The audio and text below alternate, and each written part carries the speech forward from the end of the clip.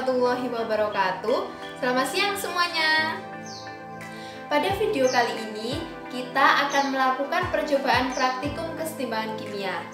Nah, sebelumnya kita harus mengetahui apa itu kesetimbangan kimia. Kesetimbangan kimia adalah keadaan saat kedua reaktan dan produk hadir dalam konsentrasi yang tidak memiliki kecenderungan untuk berubah seiring berjalannya waktu. Pada kesetimbangan kimia ini, suatu reaksi dalam keadaan setimbang cenderung mempertahankan kesetimbangannya, sehingga jika terdapat pengaruh dari luar, maka sistem tersebut akan berubah sedemikian rupa agar segera diperoleh keadaan setimbang lagi.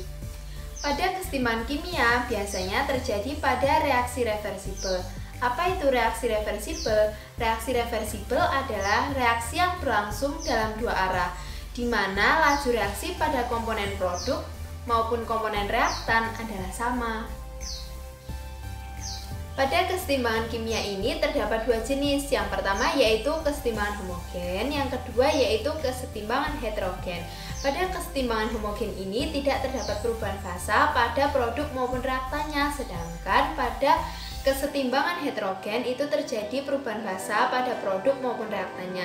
Nah, hal ini sesuai dengan asas Le-Chatelier. Pada asas Le-Chatelier ini menjelaskan jika terhadap suatu sistem dilakukan suatu aksi, maka sistem tersebut akan mengalami perubahan yang cenderung mengurangi aksi tersebut, atau biasanya disebut dengan pergeseran kimia.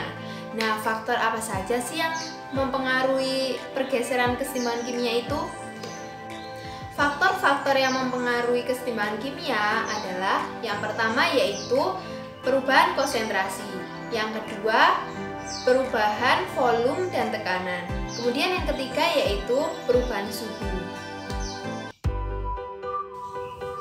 Sebelum kita melakukan praktikum, kita harus mengetahui tujuan dari praktikum yang akan kita lakukan.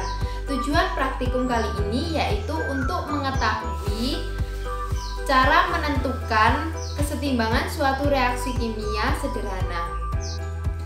Nah, di depan saya ini sudah tersedia alat dan bahan yang akan digunakan pada praktikum kali ini. Yang pertama yaitu 2 buah suntikan, kemudian 2 buah gelas yang sudah berisi air. Nah, ini alat pengadunya. Kemudian 2 buah pewarna makanan. Nah, di sini saya menggunakan warna hijau dan warna merah. Nah, di sini ada selang sebagai pipa U, ada kardus, dan yang terakhir ada isolasi.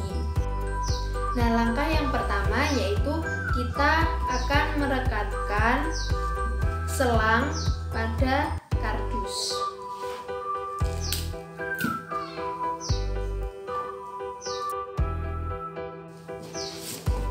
Nah, setelah selesai seperti ini, kita akan mencampurkan pewarna makanan ke dalam air.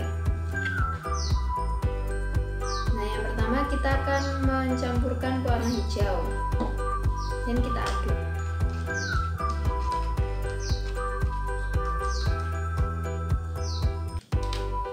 Yang kedua kita akan mencampurkan warna merah. Dan kita juga akan mengaduk. Nah, setelah selesai seperti ini, kita ambil kedua larutan yang berbeda warna ini dengan suntikan.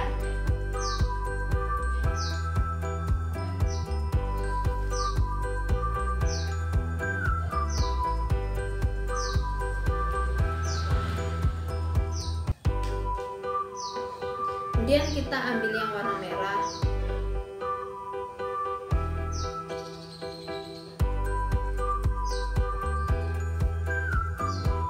Volume dari kedua pengambilan warna ini harus sama.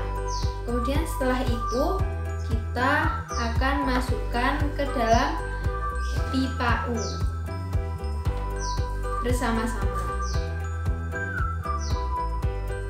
Nah, seperti ini.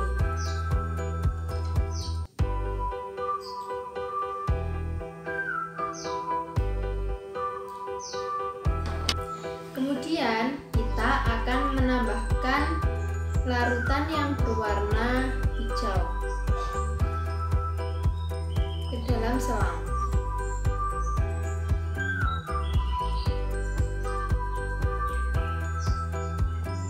Nah, kemudian kita akan mengamati apa yang akan terjadi pada larutan yang ada di dalam selang ini.